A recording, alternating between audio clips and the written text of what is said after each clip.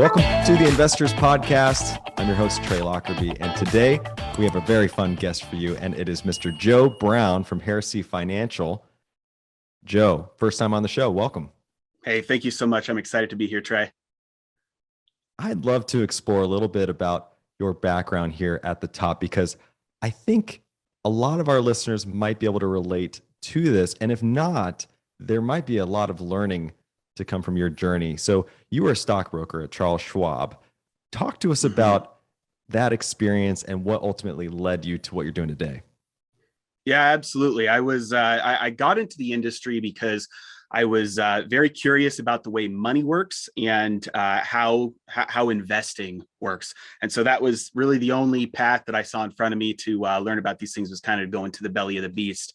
And I'm just by nature a very curious person, especially when something doesn't make sense. And the more I dug in, the more licenses I stacked up, the more I realized, hey, a lot of this stuff isn't making sense. And I read a lot, like I read 100 books a year. And I started to notice the things I was learning from inside were not the same things that I was realizing were true from books that I was reading. And like a good example of that is bonds. If you go to your financial advisor, you say, hey, what's the safest investment I can buy? They'll tell you government treasuries. And the reason for that is because, well, their broker tells them that they have to tell you that. The reason why they're required to say that is because of their licensing. Where do those licenses come from? The SEC and FINRA. So ultimately, from the top down, you've got the government weaseling its way down to your financial advisor telling you that treasuries are the safest investment, when it's the government that's directly benefiting off of that by them being the ones that are loaning you the money. So after a while, I just realized the stuff that I was selling was so disaligned from what I believed to be true that I had to go out on my own, and been trying to educate people about how the system works ever since. Well, I've been a huge fan of your content. I'm really enjoying it, especially for those who are just getting started or hear a lot about the headlines of the news, but say, what does this all mean? You do a great job of summarizing it all, especially around this concept of, especially around the history of money itself. So I'd like to start there. Start as far back as you'd like, and give us the overview of how we've gotten ourselves into this monetary mess that we seem to be in today. Yeah, absolutely. That even something is what you would think is as simple as a history of money is generally misunderstood. We typically think of, if you read your classic economics textbook, it starts off with barter and says, hey, one person makes shoes, the other person, has a lamb, how, they start to trade with each other. Well, one person has to then go trade for apples in order to get their shoes. And it's just this whole mess. And when you study history, anthropological evidence shows that barter never existed as a monetary system ever, anytime, ever in history. There's a great book, Debt, the First 5,000 Years by David Graeber, and it talks about the earliest recorded monetary system that we had on Earth was a credit-based monetary system. And that was basically, if you think about rural communities who owe each other favors and very hospitable environments that are separated from, technology, they still operate under kind of like a credit-based monetary system, but it was complex. There were credit markets, and they had innovative ways to keep track of things like tally sticks that were used as currency. And so that was the first monetary system. As nation states emerged, governments wanted a way to pay for and keep standing militaries, and gold and silver emerged as a great medium to be able to do that. And so gold and silver emerged as commodity money. Now, the reason why gold and silver specifically emerged is because they were they operated very well as money, specifically because you can't just go out and make new gold or new silver without heavy intensive labor. You have to dig it out of the ground. You have to refine it. And so gold and silver emerged as good money because it preserved the pricing signal. Pricing is information. It's everything in an economy. And if the money supply stays relatively the same, that means all the price changes of everything are just pure information, and you can make accurate decisions off of those. And so gold and silver allowed people to do that. The problem, though, that arose, and this is a very slow, like centuries long problem, is one of deflation. Deflation is a natural force of history that always happens everywhere, consistently, persistently, from the beginning of humanity until the end of humanity. Deflation is getting more for less. That's where things and stuff and wealth gets more abundant. Every time we figured out a way to offload human labor to something like fire, when we offloaded human labor of gathering so many, roots and nuts and veggies and berries to fire to cook them to get more nutrients out of them, that was a growth. That was a leap forward in energy that we could then use our labor for other more productive purposes. Every single time we've been able to do that, that means wealth, real wealth, gets more abundant, but the money supply stayed relatively the same. Money supply of gold and silver throughout history kept pace with the growth of inflation, or with the growth of population, at about 1 to 1.5% every single year. And so what you inevitably have happen, especially as things like the Industrial Revolution come in, where you have technology and progress and growth expanding very rapidly, is that the money starts to get very valuable. Almost too valuable. And so whereas before, a couple hundred years ago, you could slap a gold coin down on the counter for a beer, now you slap a gold coin down on the counter and that's going to pay for a horse, or it's going to pay for your month's rent, or it's worth a lot more, because the money supply stayed the same, but the wealth in the world, the real stuff, the real goods and services have grown so much more. And so then you have this tendency towards centralization, with gold moving from being the medium of exchange to more of a store of value, and then for larger purchases. And people are like, hey, I don't want to store it in my house. I can't use it for small purchases. So I'm just going to leave it with the goldsmith. These were the original bankers. And so they'd say, goldsmith, here's my gold. I'm going to get a receipt from you, and I can go give you that receipt and get that gold back anytime. And eventually those receipts started trading, because if I'm going to go get my gold to buy a horse from you, and then you're going to go give that gold back to the goldsmith for a new receipt, I might as well just give you my receipt, because then you can go get my gold whenever you want. And so the goldsmiths caught on to this, and they realized, we've got a lot of gold. Nobody's redeeming it. We can lend it out and start to make bank here. And so what you had happen was a rapid expansion of the money supply in these local economies when the goldsmiths realized what they could do. And before you have 10 pieces of gold, let's say, that are all on deposit with the goldsmith. So you've got 10 pieces of gold in circulation, but now the goldsmith loans one of those pieces of gold out. So now you have one piece of gold trading twice, once as a piece of gold and once as a certificate of redemption. So you have an expansion of the money supply when the goldsmith starts lending that gold out. That's the invention of fractional reserve banking. Well, eventually this causes bubbles and prices start to skyrocket, and then that debt has to start getting repaid, and then that whole system unwinds. Everybody goes to redeem their receipts because they realize there's not enough gold there. You have a run on the bank. This should have been outlawed. Wasn't outlawed. And by the way, this is very old. 800 years ago, we have records of this happening in Italy, the banking crisis that looks very similar to our financial crisis, 12 years ago. And so we have that should have been outlawed, but it wasn't. Instead of that, it was nationalized. And so now you have banks no longer have the risk of having a bank run, because you have the invention of the central bank, which operates as a bank to the banks. So if one bank is at risk of a bank run where everybody tries to go get their gold, well, the central bank just gives them gold that's they're drawing from the rest of the system. But the problem is you can't eliminate risk. You can only transfer risk. So that transferred risk from the individual banks up to the entire system. And I use the example of being next to a cliff a lot. If you have 20 people next to a cliff, one person falls off, what are the rest of the 20 going to do? They're going to back away from the edge, right? But if you give everybody a rope, well, if one person takes a step, well, the other people might be able to pull him back, right? But that means the individual risk has been transferred to the whole. So nobody backs up anymore, because now one individual doesn't have the risk of falling off. So you get close enough, 1, 2, 3 people fall, the entire system falls off. And so you can't eliminate risk, you can only transfer it. And that's exactly what happened at the invention of the central bank. That risk was transferred to the system through the central bank. And to test that, you'd say, okay, well, then at the invention of the central bank, you should probably see an increase in large scale panics or busts or recessions or depressions. Well, after the Federal Reserve was started in 1913, 7 years later, you have the first recession that was called the Great Depression in 1921. There's a great book about that called The Forgotten Depression by Jim Grant. And James Grant, actually, I think is his author name. And so that was called the Great Depression because it was the worst one up to that time. And it was caused by an artificial expansion of the monetary supply. Free market reigned. They allowed it to just solve it for itself, fixed itself within 18 months. They repeated their mistake, though.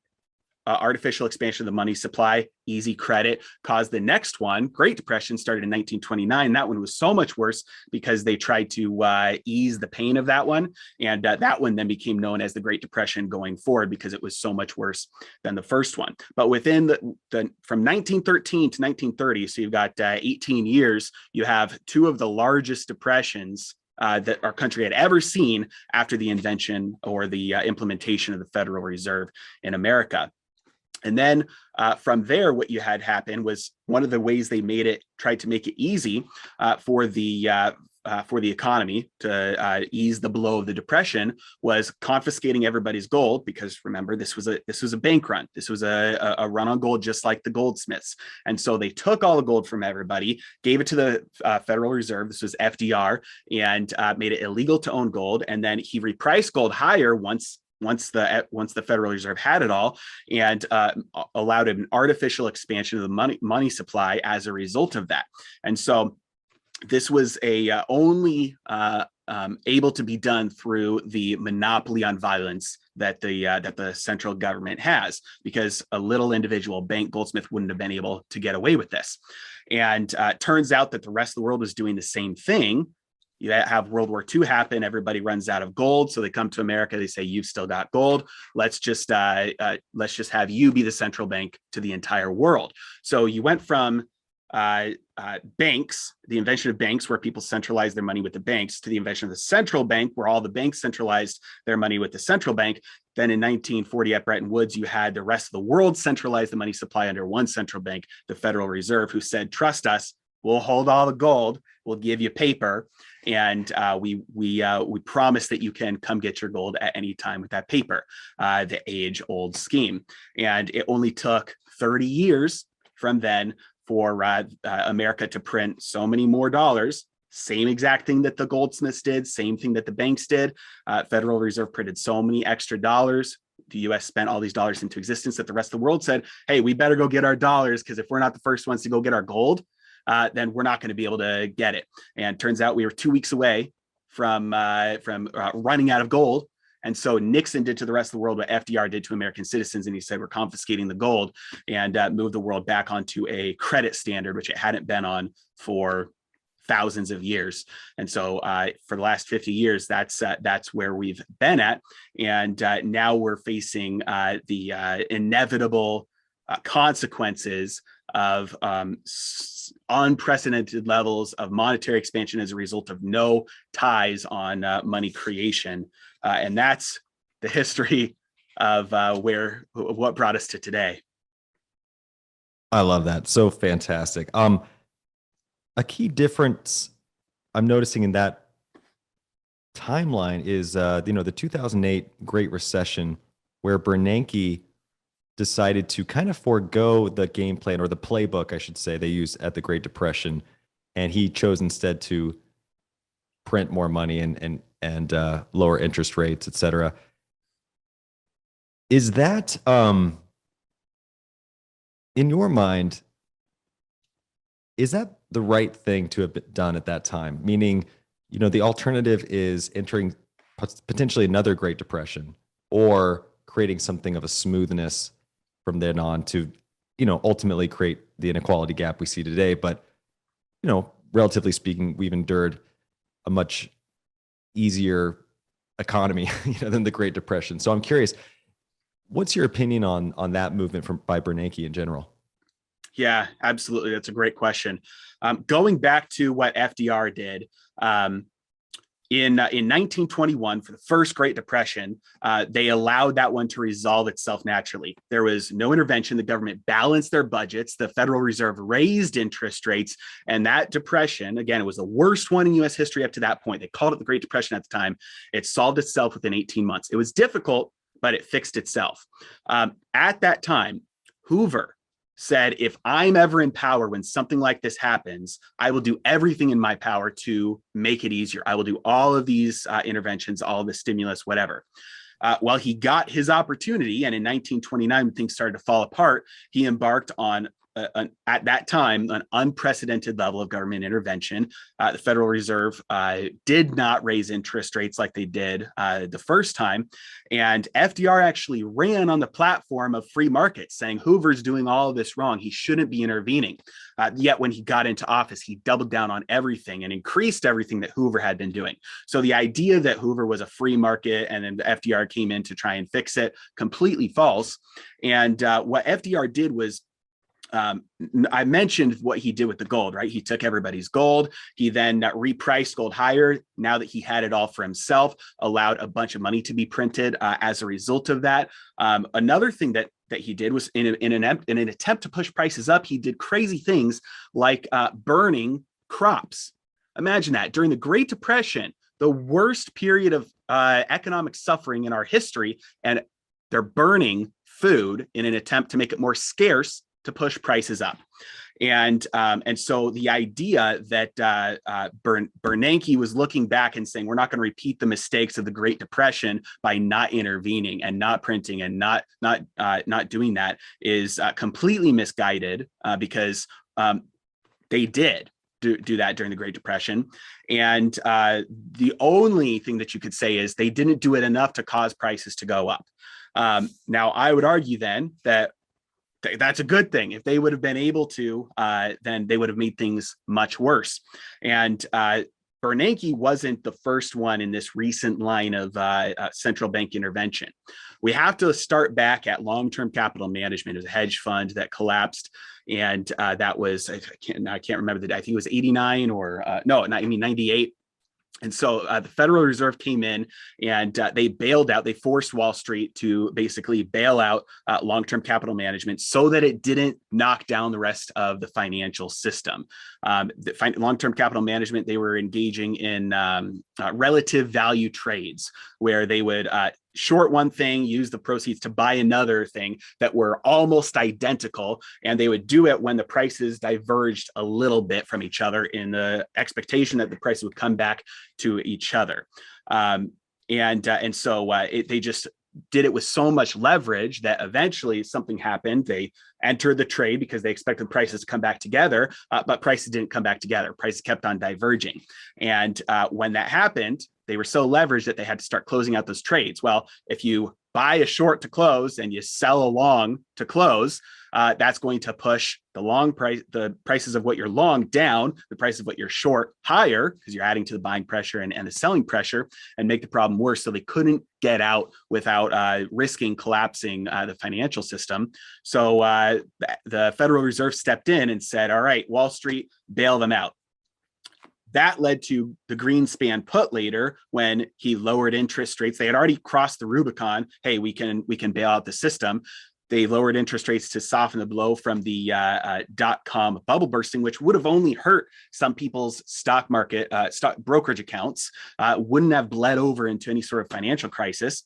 And that lowering of interest rates led to the housing boom. All that artificial money flooded into housing because everybody thought, hey, when the stock market falls, housing still goes up. And so all that money flowed into housing. We know how that turned out, but they had already crossed the Rubicon before. So that led them to, hey, we can do this. We can bail out the financial system, save the banks. We think that was the end of it, but we have to remember that in 2018, when they had finally started tightening after saying for so many years that all that QE was temporary and that they'd eventually undo it, by the end of 2018, the markets were on the verge of collapse.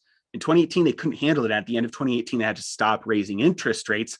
And that was what started to push the market back up. Well, 1 year later, in September 2019, repo market blows up. And so now they have to start QE infinity or not QE.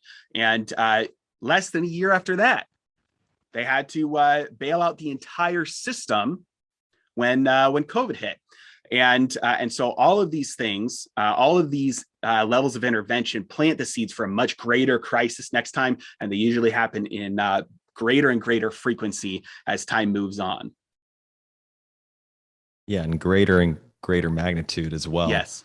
So what's your opinion on where the Fed is now? All this talk about tapering, you mentioned their non-QE efforts. Can they actually taper from here? What do you think the expectation or the playbook is? And Jerome Powell just got a second term as well. Does that add to the equation in any way? Yeah, absolutely. So it's almost like a universal statement now that I hear from everybody. It's like the Fed can't taper, they can never taper, they can't tighten, they can't. The reality is if they want to, they can do anything they want. So the question is not whether they can or not. The question is how long will they do it for and to what extent will they do it? And in my opinion, Jerome Powell getting in for his second term here solidified the taper, especially in light of the data that's coming out of the last couple of months. We're seeing inflation records broken every single month that go back decades. And then just today, even though it was fake jobs numbers when you remove the seasonal adjustment, the jobless claims showed lowest jobless claims since 1969 when they're seasonally adjusted. And so when you look at the Fed's dual mandate, they've got maximum employment and stable prices. They said we're going to ignore prices in favor of employment. Well, employment's there from the data that they look at. And so if they don't try and at least look like they're going to attack inflation, they'll blow all credibility that they have, and they can't do that. They have to look like they're going to start attacking inflation now. And the minutes from their FOMC meeting from this month show that they are almost everybody now is saying, hey, we're open to raising rates sooner if inflation continues to increase. And so they are going to be reducing their balance sheet. The word minimum has been thrown around a lot because they said we're going to purchase, they've always been purchasing a minimum of 120 billion per month. And now they said we're going to reduce that by 15 billion, but it's still a minimum. So it's still unlimited. But if you look at how much they've actually been purchasing since August of last year, their balance sheet was at 6.9 trillion. Right now it's at 8.6 trillion. That means in 15 months, their balance sheet increased by 1.7 trillion. That's on average 113 billion a month. So that's a lot, but it's not above what they said they were going to be doing at 120. And so they're going to stick to what they're going to say they're going to do right now. And they're actually going to taper, and they're going to reduce their purchases by 15 billion a month. And if they get the chance, they will raise interest rates. But the problem is it will spark a crash. It's inevitable.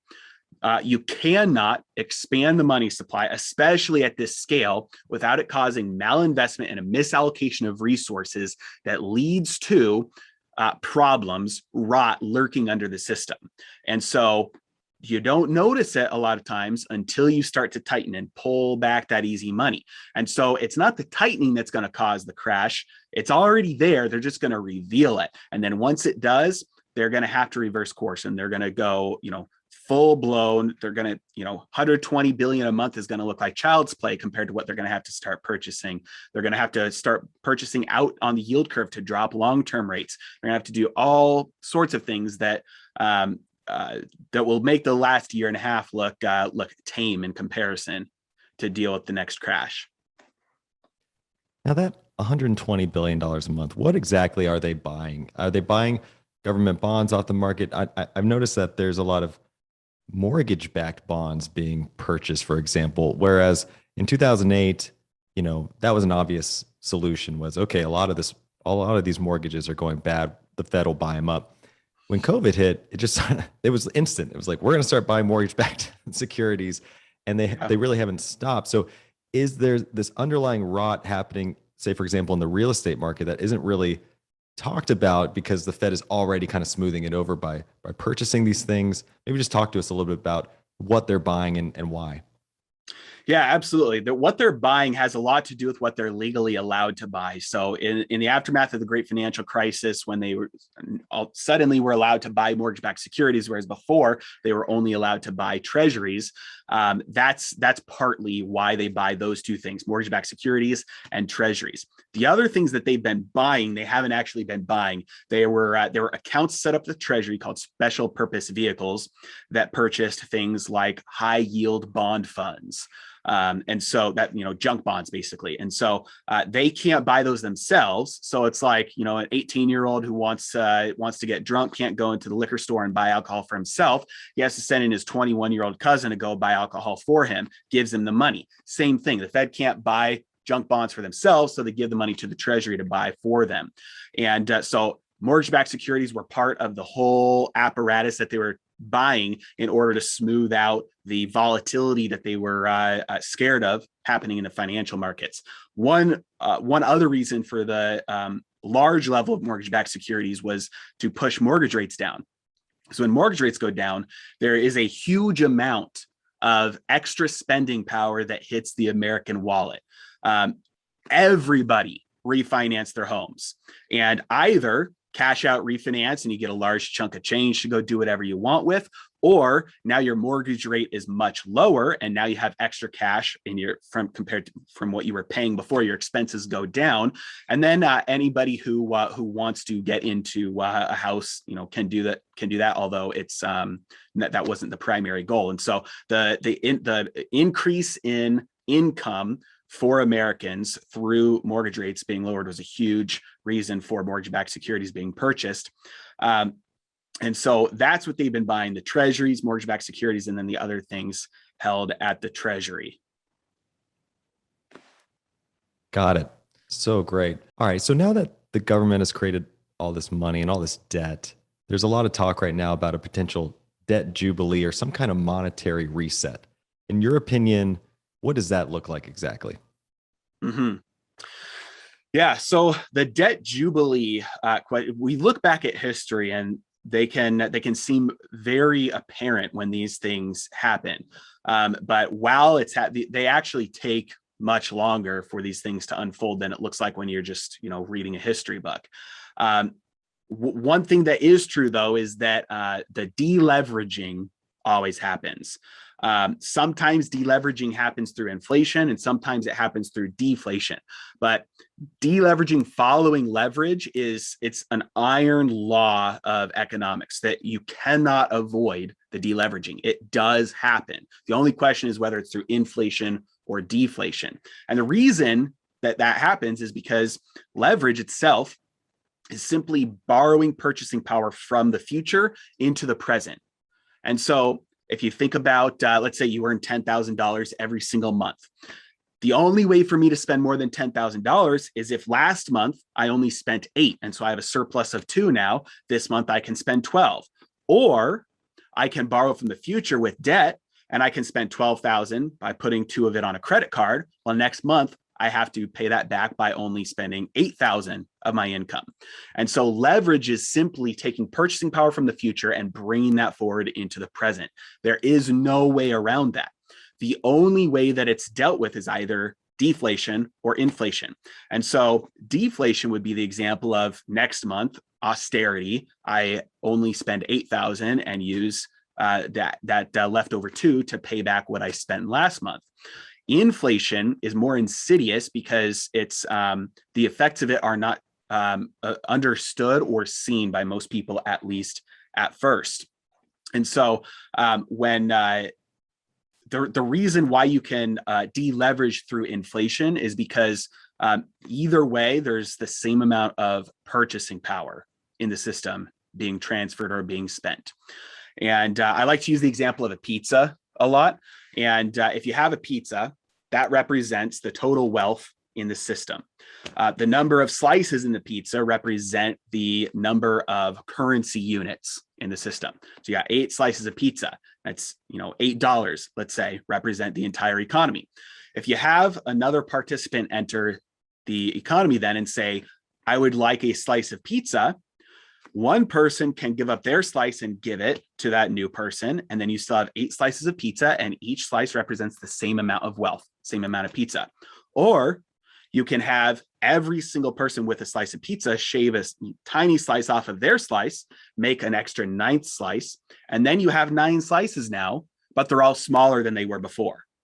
And so when you have the amount of leverage that we have right now, usually policymakers opt for slicing off pieces of everybody's purchasing power in order to repay that debt, because the debt has grown so large. And who are the biggest debtors? It's the governments and the large corporations, who usually have a large amount of influence on the government.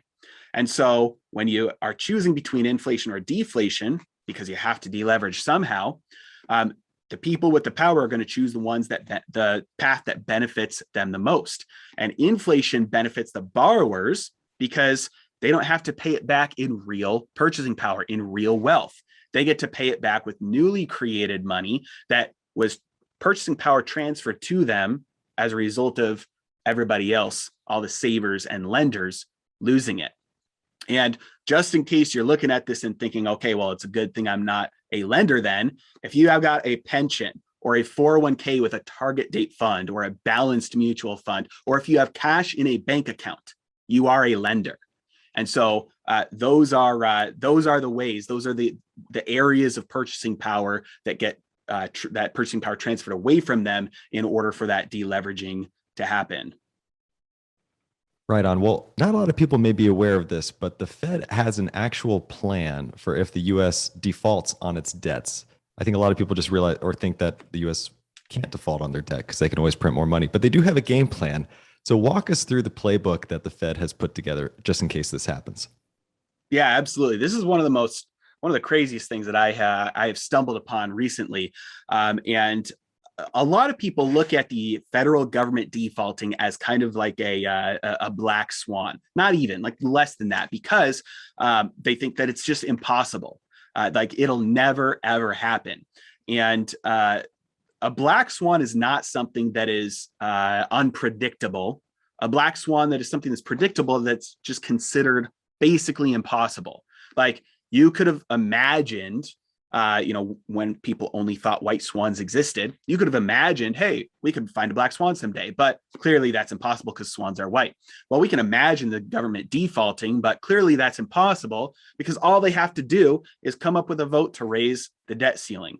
And given today's level of political polarization, in my book, it's not a 0%. The odds aren't 0% of defaulting. And clearly the same line of thinking sits at the Federal Reserve, because they have a plan on what they will do if the United States does default. And just to be clear, defaulting on debt means, hey, we have a debt ceiling, and it's all a legal thing because it's just numbers in a computer, and they run up to that debt ceiling and they cannot take on new debt to pay off the old debt. So their old debt, they can't make the interest payments on. And then if it's bad enough, they can't make payments to all the other things they have to make payments to, like government salaries and military and Medicare, things like that. And so the first thing that the Federal Reserve would likely do as part of their plan is making the interest payments on the defaulted debt. And so right away, you have a de facto merger of monetary and fiscal policy. You lose all independence from the Federal Reserve. They've never been independent completely from the government. They've been independent from, based on partisanship, but this merges them completely. You get a merger between the central bank and the central government. They make those payments so that anybody who has debt that owns a treasury that they would have stopped receiving those interest payments on, they keep on receiving those interest payments. So you have a transition immediately where the Federal Reserve enters into a position of fiscal authority over Congress, because that was Congress's domain through the Treasury, and now the Federal Reserve steps in that place. What they might also do, which Jerome Powell has stated that it would be unthinkable to do this, but he wouldn't rule it out in case of a bad enough crisis, which means, if the United States defaults, that's a bad enough crisis. They would take on other payments as well, like military, Social Security, Medicare, whatever. Hey, I am so excited about this sponsor that we have. The name of the company is Fold. They have a Visa debit card, and here's the card right here. I use this thing literally every single day.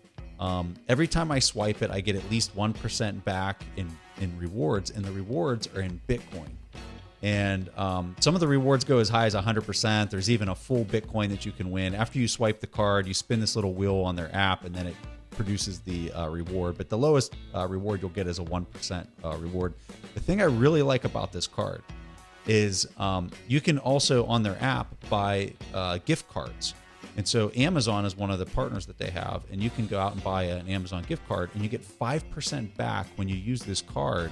And so like all your Christmas shopping or whatever it might be that you're doing on Amazon, you're getting 5% back. It's all paid to you in Bitcoin rewards. You can withdraw those Bitcoin rewards to a self-custody wallet, whatever you want to do with it. There's no gimmicks. There's nothing that you're not seeing up front. It's just an amazing company, an amazing platform, and every single swipe I'm getting Bitcoin, so I love it. If you want to sign up for this thing, and I'm telling you, this thing is a no-brainer. Go to foldapp.com/TIP. That's foldapp.com/TIP. You'll get 20% off their Spin Plus annual fee when you sign up with that link. So go to foldapp.com/TIP. Now, the final thing that they would do is, at least for US banks, they would change the reserve requirements so that a defaulted treasury would count towards reserve requirements. Because the last thing you want is a repeat of the financial crisis, when all the banks are trying to dump worthless securities, mortgage-backed securities. They were basically a bond that wasn't making payments anymore because all the mortgages inside weren't making payments. Everybody's trying to dump them. Nobody has a collateral they thought they had, and you bring down the system. So the first thing they would do, or the second thing would be, hey, if you got one of these treasuries, it still counts as full collateral. Do not sell it. And then finally, what they would probably do is open up swap lines and emergency channels in order to buy treasuries at full price from anybody who is trying to sell them. Because another thing that they would not want happen is treasury prices to just collapse, because the entire global financial system sits on treasuries, and you can't have treasury prices collapse. So this looks very like none of this. If you study history, none of this should be surprising. It's all happened before. 300 years ago in France, John Law was a guy who was in charge of the central bank in France, and he got the entire country to give up their gold and silver. He issued paper currency that was backed by gold, silver, and shares of his Mississippi Company, so land in the United States.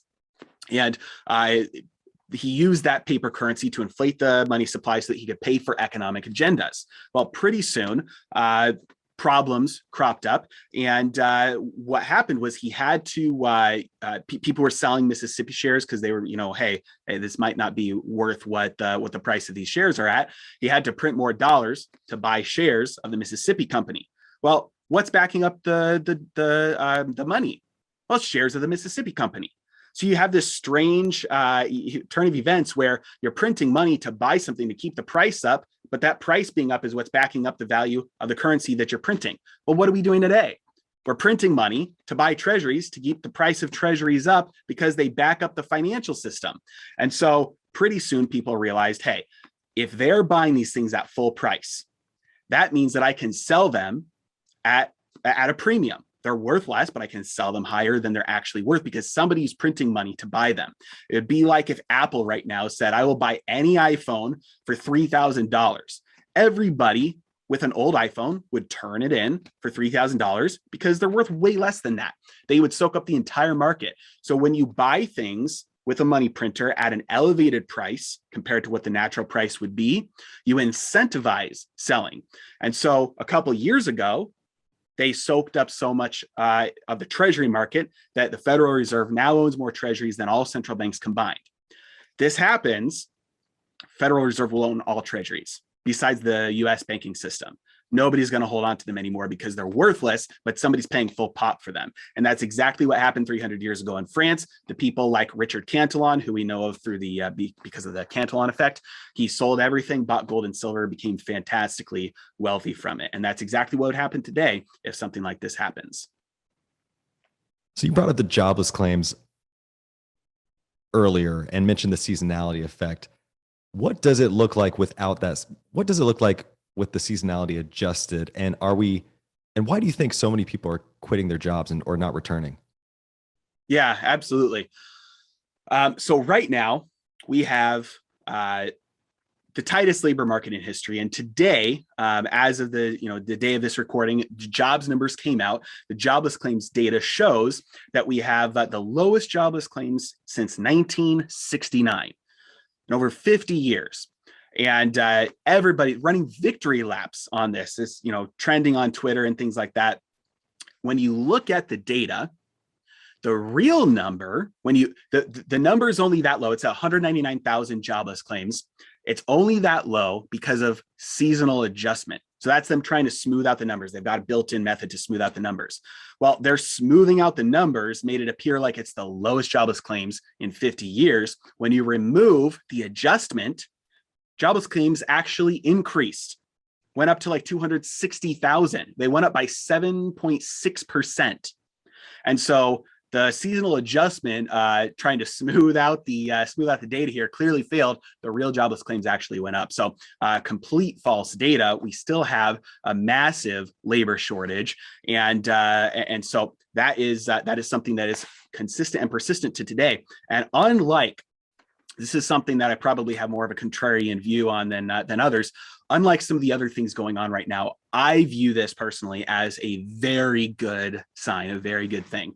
Now, we obviously have kind of an elephant in the room reason why some people are getting fired or quitting, because there are legal things coming out about who can work at certain jobs based on recent history and medical stuff.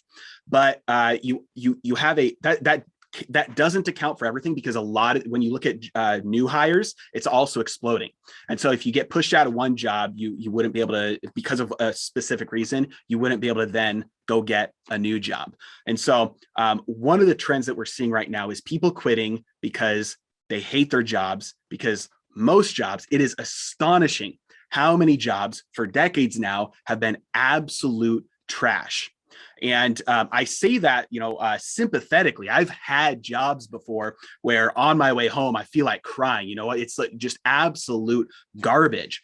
And Malcolm Gladwell talks about this. There are three components necessary to have a job feel meaningful. One of them is complexity. One of them is autonomy.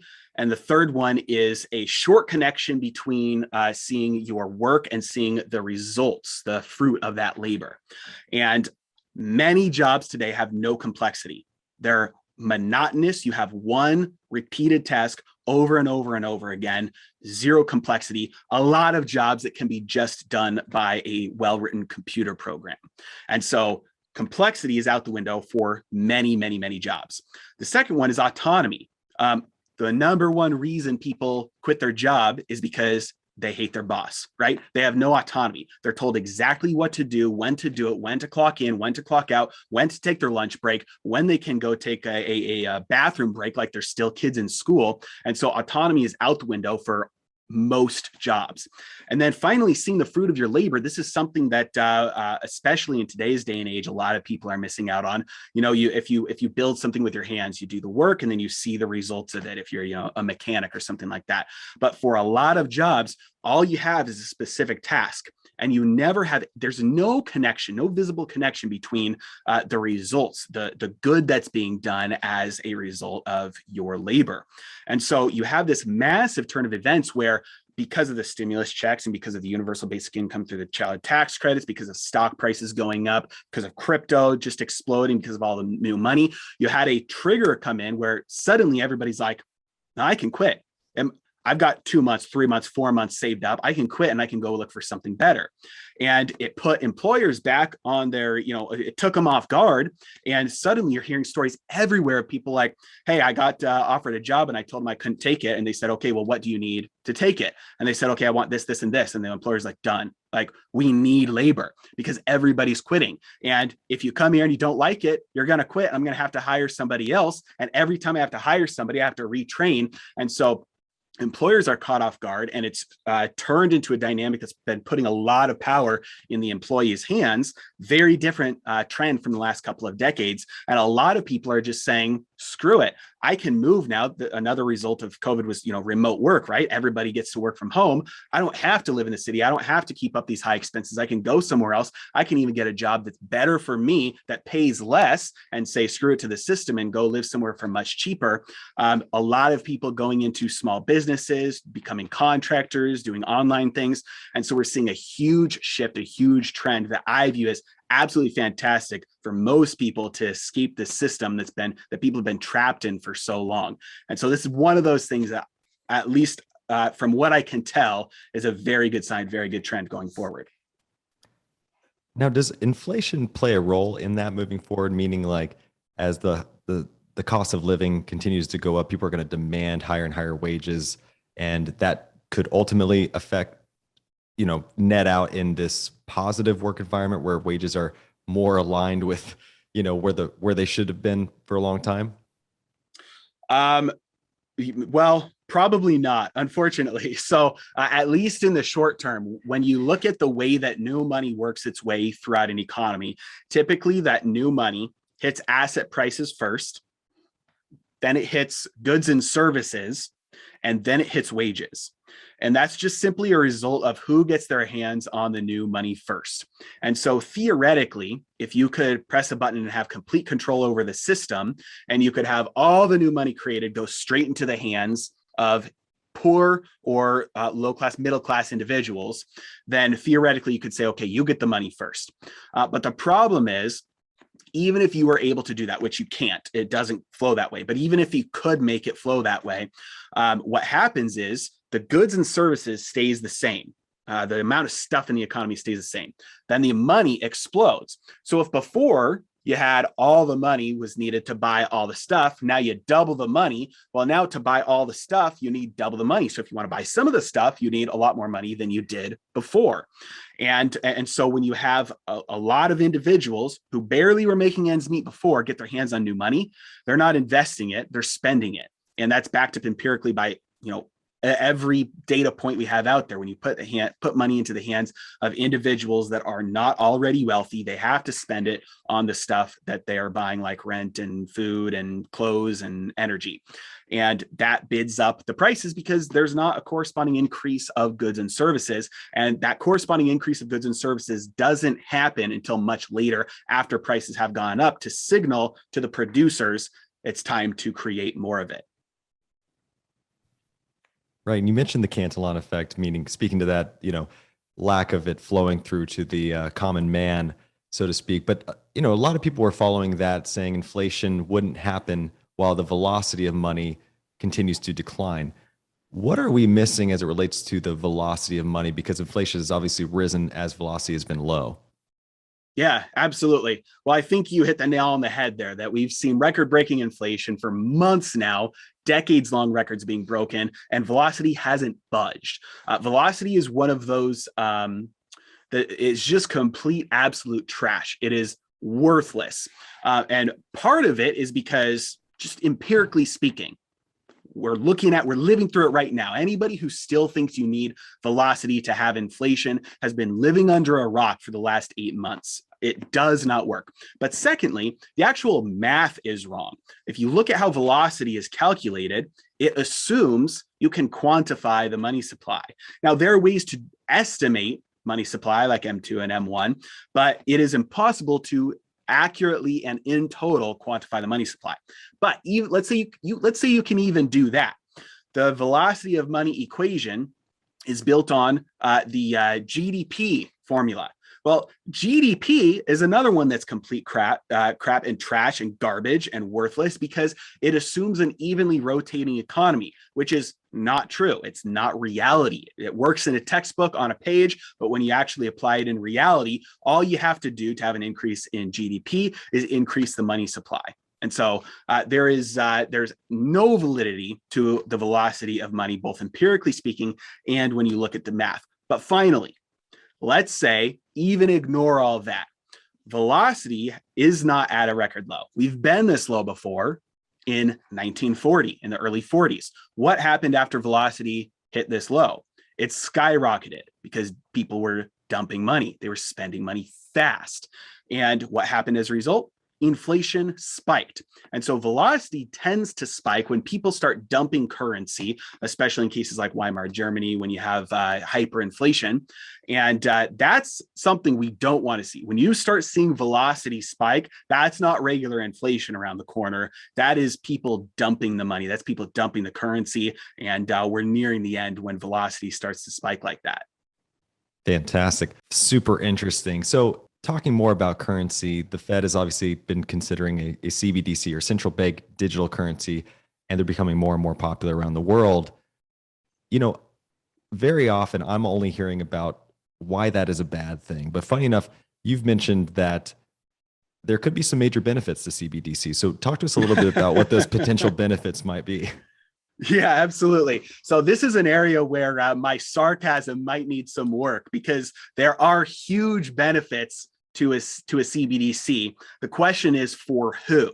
Because there are big downsides and big benefits. The question that has to be asked is for who? Because in reality, a central bank digital currency is a tyrant's wet dream.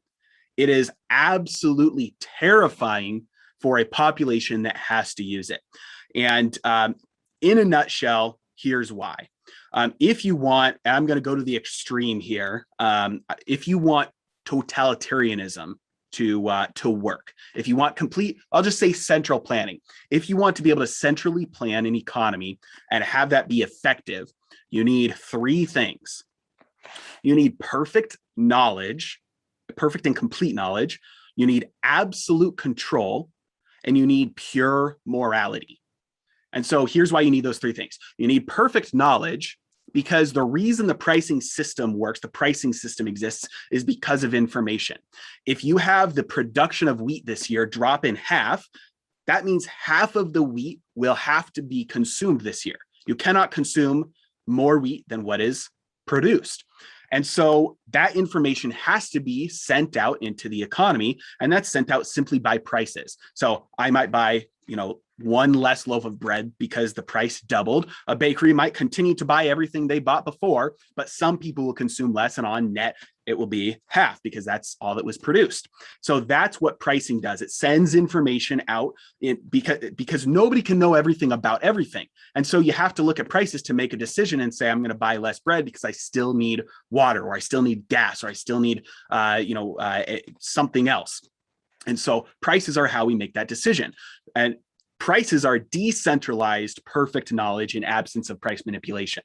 And so in order to, that's the first thing you need. You need perfect knowledge. You need every intention and decision and price information of everything in existence, all to be consolidated under one roof. The second thing you need is absolute control, because just because you know what needs to be done to plan the economy, it does no good if you don't have the power to make that decision. And so there are a lot of legal loopholes right now, or legal fences, I should say, that prevent the Federal Reserve from doing things that they would want to do to control the economy, because all they're able to do is buy mortgage-backed securities and treasuries and lower interest rates. There are a lot of other things that they could, I say fine tune in quotes, in order to manipulate the economy if they had control over those things. So that second thing that you need is absolute control, so that you can actually do something with that perfect knowledge that you have. And then the third thing that you need is pure morality, because if you have all of the knowledge and you have all of the power, but you have the wrong motives, then you're going to use that and abuse it in a way that's not going to be good for the system, but it's going to be good for your buddies. And so this is, philosophically speaking, kind of the idea for Jesus as the King of Kings, somebody who's omniscient, has all of the knowledge, somebody who's omnipotent, who has all the power, and who is sinless, somebody who's, perfect in morality. And that's because it's an ideal that is impossible for a human to attain. And so we decentralize that. But a CBDC attempts to centralize that and basically become God over the economy in a way that a central bank digital currency can only do. And so in order to understand why, we have to define that. Well, right now you have a bank account with Chase or Bank of America or Wells Fargo or, wherever you have it. A CBDC is simply bypassing the banking system. It's an abolition of the banks. And everybody then, merchants and individuals, have an account with the Federal Reserve instead, with the central bank instead. What that does is it consolidates all of the information about every single transaction that takes place under one roof. So instead of that being decentralized through the banking system, now you have it in the possession of the central bankers. You can run software programs, you can artificial intelligence, or machine learning, I should say, in order to try and understand that data. The second thing it does is it allows control, because if you as a central planner see that there is a certain segment of the population based on whatever criteria you want, let's just say a wealth level, you can see, hey, this certain population has too low of a wealth level, and that could destabilize the system. So we are going to just credit some money into their accounts. Or if you want to stimulate, let's say there's not enough money flowing into something with an economic or political agenda, let's say solar panels, good example. We will credit everybody $1,000, $10,000, whatever it is, and it can only be spent at a merchant that is licensed as a green energy company. And so you can fine tune the economy, or you can attempt to fine tune the economy, because you have all the information and the control to credit people's accounts for very specific purchases. And this is something I can't remember her name. I think it's Omarova. She was Biden's nominee for the head of the office of the comptroller of the currency. She wrote a paper that was recently published on the People's Ledger. It was on how to implement a CBDC. And she said that it would be essential to have the ability for the Federal Reserve to debit people's accounts. Well, number one, then you do away with the need for the IRS, right? Because you can automatically tax the economy, fine-tune taxes. You don't need to wait for Congress. You don't need to wait for a new president to roll out a new Tax Cuts and Jobs Act or anything like that. You can tax the economy, fine-tune where you think it's being overheated. Gas prices are going up, double the taxes, whatever it is. You can debit people's accounts if, this was in her words, if inflation is running too hot in extreme circumstances. So even at this level, they understand inflation is a result of monetary expansion, deflation is a result of monetary contraction. So if inflation is running away from you, just take half of everybody's money. Then you'll get deflation. It'll stop the inflation. And so that's why I say that CBDCs are a tyrant's wet dream, because it allows fine tuning of the economy, but ultimately it will fail. It's destined to collapse under its own weight, because just because you have the pricing information and the transaction information and the control, you can't fix the problem of morality. And you also can't fix the problem of perfect knowledge, because every pricing choice that's made is an internal decision based on subjective value. There's no such thing as intrinsic value. We can talk about subjective value if you want. That's probably a longer conversation, but you can't understand the intentions behind it.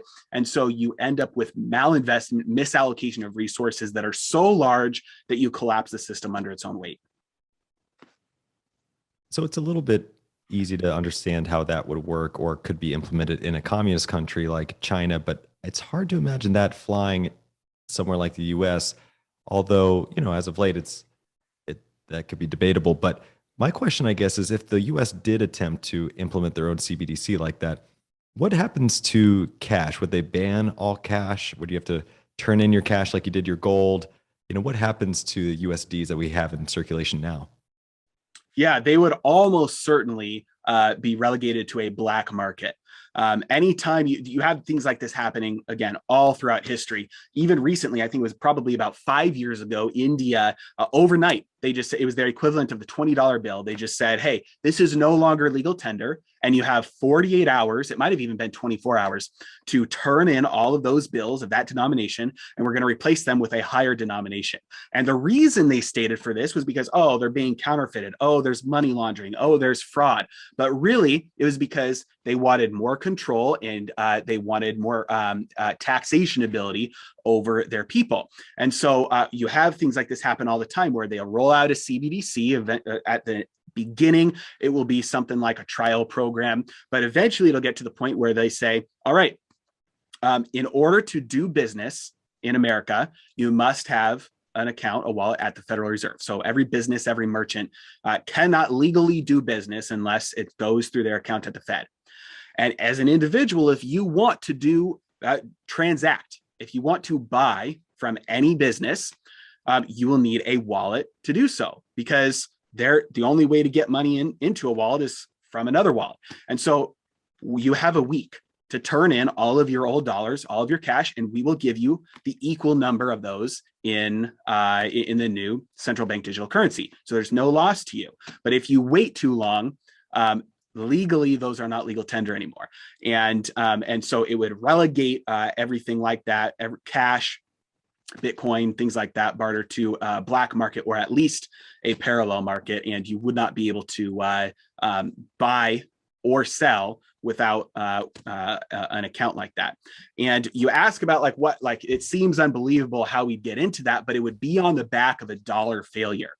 And so if we get to the point where the federal government defaults, or they start unlimited QE up again after an emerging markets crisis happens later next year as a result of the tightening, and then everybody in the world dumps treasuries and then dumps dollars, and we have hyperinflation here, and the dollar actually fails, what you'll probably see happen is the federal government say the problem was counterfeiting and fraud, and the problem was cash, and the problem was we didn't have enough control, and so or the problem was the Federal Reserve being part private. They didn't have the legal ability to do what they should have been able to do to solve the problem. So we're going to absorb the Fed underneath the Treasury. We're going to issue new dollars that are digital, like the greenback that we issued under the Treasury during the Civil War. And so they will give it a new name. They'll bring the Federal Reserve the monetary policy under fiscal policy. And I think that's how it'll be rolled out, on the back of the failure of the current dollar. I just had Brent Johnson on the show, and he's obviously famous for his dollar milkshake theory of the dollar potentially getting stronger over time. And it has been getting stronger. It's the DXY right now is almost at 97, which is, getting into that danger range that he kind of highlighted on our episode. Back in March of 2020, it shot up all the way to almost 103, 102.8. So 97 isn't too far off. And things really started to get squirrely once the US dollar essentially got to 100. What is causing the dollar to spike as of late, and what might be some of the effects from that we should see or expect? Yeah, absolutely. So I always say that Brent Johnson, he's probably one of the most misunderstood people in macro out there, essentially because when the dollar's spiking, it's just versus other currencies. And that's what probably 90% of people don't understand. They think, oh, the dollar's going up, that means gold's going down, or stocks are going down, or real estate's going down, or the dollar's getting stronger relative to everything else, or it's gaining in purchasing power. It means none of that. It's measured against other currencies. And so it just means it's going up relative to other currencies. So then you have to ask, well, why is it going up relative to the currencies that it's measured against in that basket? And the answer is because of the corner that the Federal Reserve is in right now, being pushed into tapering and tightening. So with the unprecedented levels of inflation that we've been seeing recently, and now those fake jobs numbers that we talked about, we're seeing the Federal Reserve saying that they're going to continue the taper. They're going to potentially even raise interest rates faster than they originally anticipated. And this is tightening at a level that is faster than the rest of the world, greater. And so relative to the rest of the world, that's making the dollar appear stronger. And also you have players just front running that. And so when you see inflation like this and you see, okay, well, it's going to take a long time for the Federal Reserve to react to this, and even longer for the effects of their reaction to work its way out into the economy, it's ludicrous for me to hold on to a 10-year bond paying 1.6% when inflation is 4, 5, 6, 7, 8%.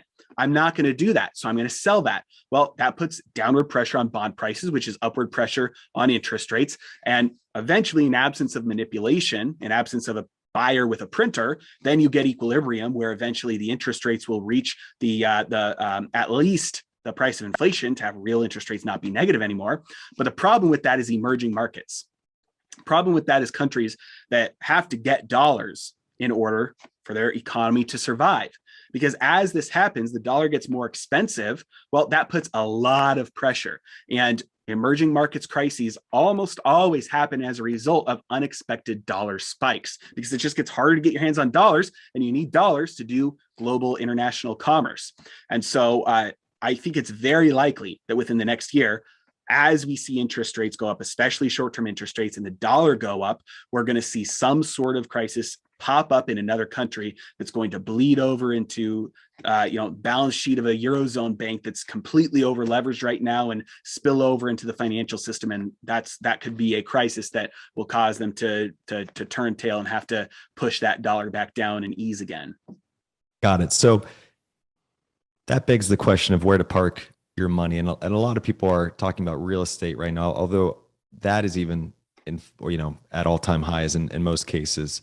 What are your thoughts on the U.S. real estate and home prices? And is that the safe haven that it once was? Yeah, that's a great question, because it's very easy to just look at the prices and the average prices, and you look at the Case-Shiller index and you're like, oh, prices, they have to come back down, right? But at this point in an economy, when you have this level of manipulation and expansion and financialization of everything, you have to start asking, compared to what? Because comparing things to dollars eventually starts to break down. So you have to start comparing things to other things. When you measure home prices in gold, they're not at all-time highs. When you measure home prices versus the stock market, it's not at all-time highs. And the reality is that the current housing market is nothing like it was 12, 13 years ago. 12, 13 years ago, right now, new supply is what to watch, because there's nobody sitting with 3 or 4 empty homes just watching the price go up so they can sell it to the greater fool. The people are living in a house. When they sell it, they move somewhere else and they buy another house. Investors and institutions are increasingly making up more and more of the buyers of these homes that are getting sold. So when one person sells their home, sometimes they're selling it to another person that's going to live there, but growing increasingly so, they're selling it to a company that's going to put a renter in there. And so you can't look at the supply of resales. You have to look at new homes that are being built, because after the financial crisis, developers got destroyed, and we were probably optimistically 5, but probably closer to 10 years away from new supply catching up. And now what are we seeing with supply chains? Well, you can't get supplies, you can't get steel, you can't get labor. And so new homes aren't being built. They keep on getting delayed. They keep on getting delayed and delayed and delayed. And we're not seeing new supply catch up with demand. And so the tapering will likely put a brake on prices going up, because mortgage rates are going to go up. And the cost of servicing that debt is a huge, almost the sole influence on affordability of these homes. But that's not going to last long, like we already covered. And when they have to slam interest rates back down to bail out the economy one last time, stimulate debt growth, we already know how much a drop in mortgage rates influences the extra cash that people have. So if they peg it mortgage rates to 2% or 1% or even lower, the refinancing that people are going to be able to do, the buying of greater price houses that people are going to be able to do, the cash out refinances when the prices go up as a result from that, the cash that they're going to have as a result. These are all things that are going to make housing prices explode in dollar terms. Purchasing power is another question, but in dollar terms, especially when you're using fixed rate mortgages to buy real estate, it's by definition shorting the dollar. And so it's a play on profiting on inflation when you can use fixed rate debt to buy an asset that makes up so much of an economy that the people in power are incentivized to keep those prices going up. There's a lot of talk right now about buying farmland. Not everybody can afford farmland, but related to real estate and that same kind of idea, would you advise someone buying up some farmland if they could afford it? Yeah, that's a great question. And the short answer is yes. And there are very easy ways to even just get exposure to farmland, even if you only have a couple of bucks inside of a regular, like a Robinhood account or something like that through ETFs. But the reason why it relies on understanding 2 things. The first thing is the trade deficit that America has right now. And then the second thing to understand is what happens during high inflation. And I like to look at Weimar Germany as a very good example. In America, we make very little of the things that we consume ourselves. Most of what we consume comes from other countries. That's the trade deficit.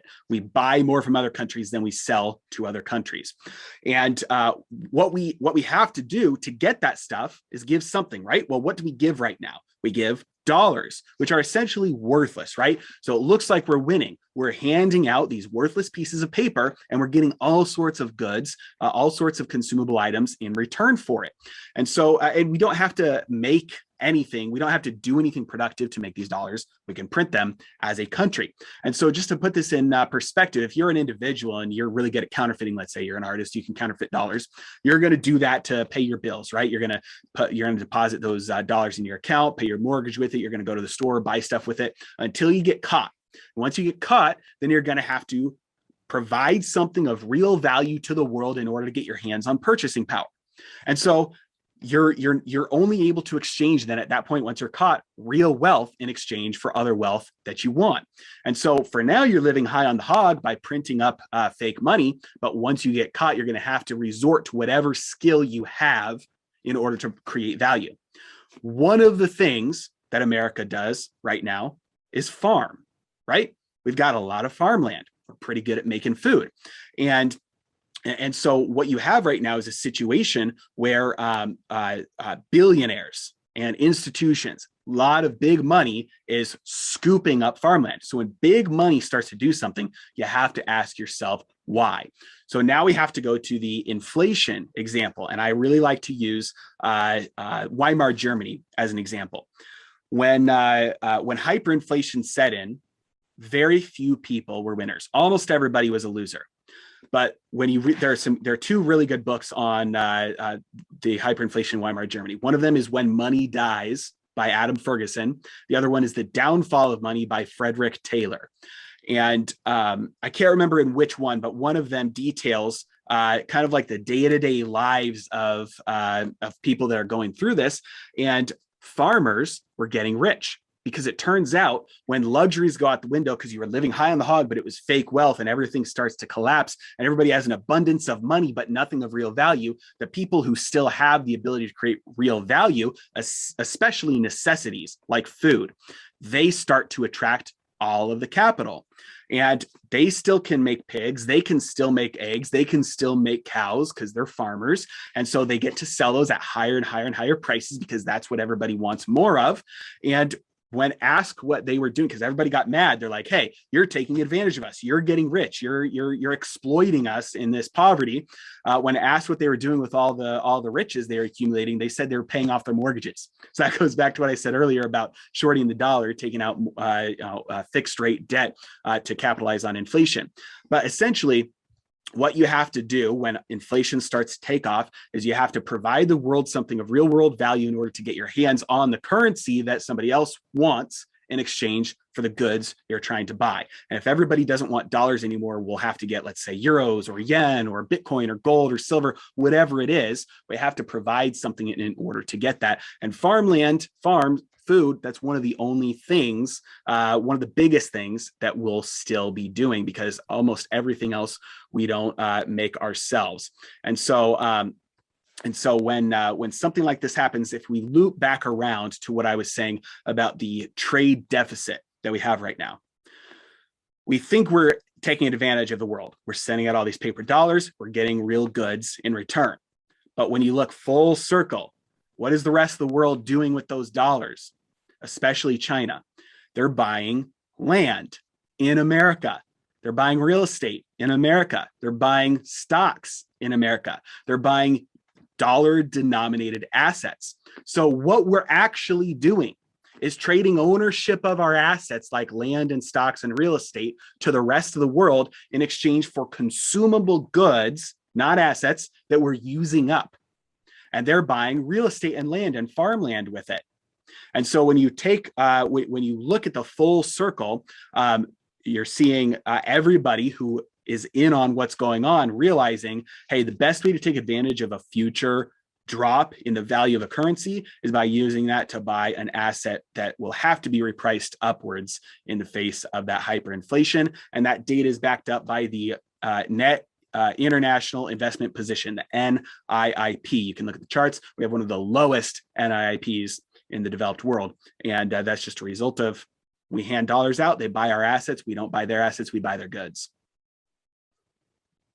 Fantastic. You've mentioned a number of amazing books during this podcast, but I'm curious, what is the best investing book that you've come across that really resonated the most, or maybe the one that you recommend to people who are just getting going?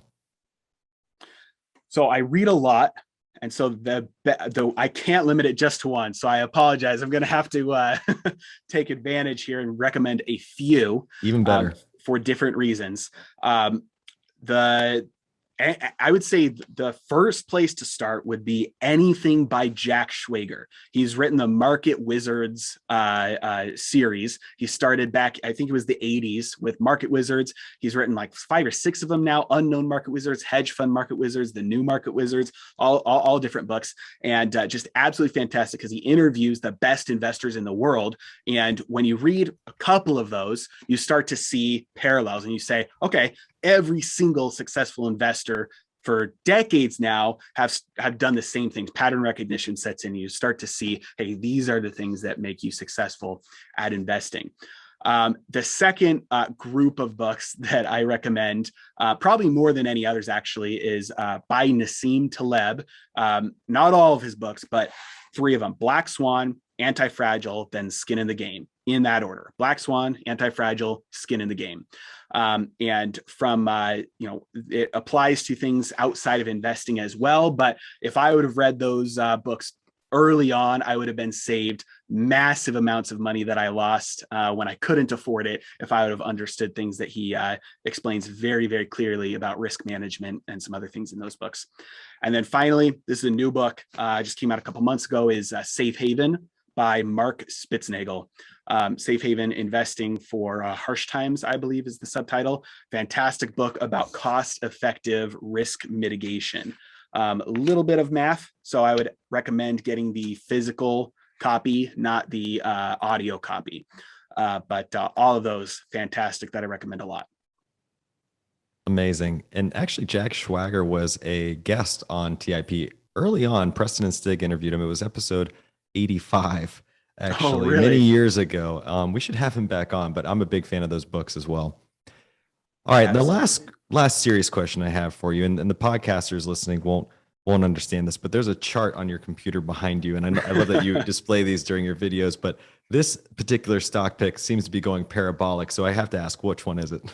That's the 2-year yield of the Even U.S. better. Treasuries, the yield of the 2-year U.S. Treasuries. So that's an indication of it looks like a penny stock or a new crypto, a new token, Dogecoin, whatever, but it's the yield on the 2-year Treasury. So take that for what it's worth. Oh boy. All right, great. Well, listen, before I let you go, Joe, I want to make sure I give you the opportunity to hand off to our audience where they can learn more about you, find Heresy Financial, follow along with anything else you want to share. Absolutely. Yeah. The number one place is on YouTube. My channel is called Heresy Financial there. And then the second place is on Twitter. Handle is Heresy Financial on Twitter as well. Joe, this was a blast. I would love to do this again sometime soon. You're just a wealth of encyclopedic knowledge, and it's really awesome I learned a ton, and I know our audience will as well. So would love to have you back on and do this again sometime soon. Thank you. I appreciate it. I'd love to anytime. Thanks for watching. Make sure to subscribe and hit that notification bell so you don't miss out on the next podcast episode and new investing resources. What are your takeaways and thoughts on this discussion? Let us know in the comments section below.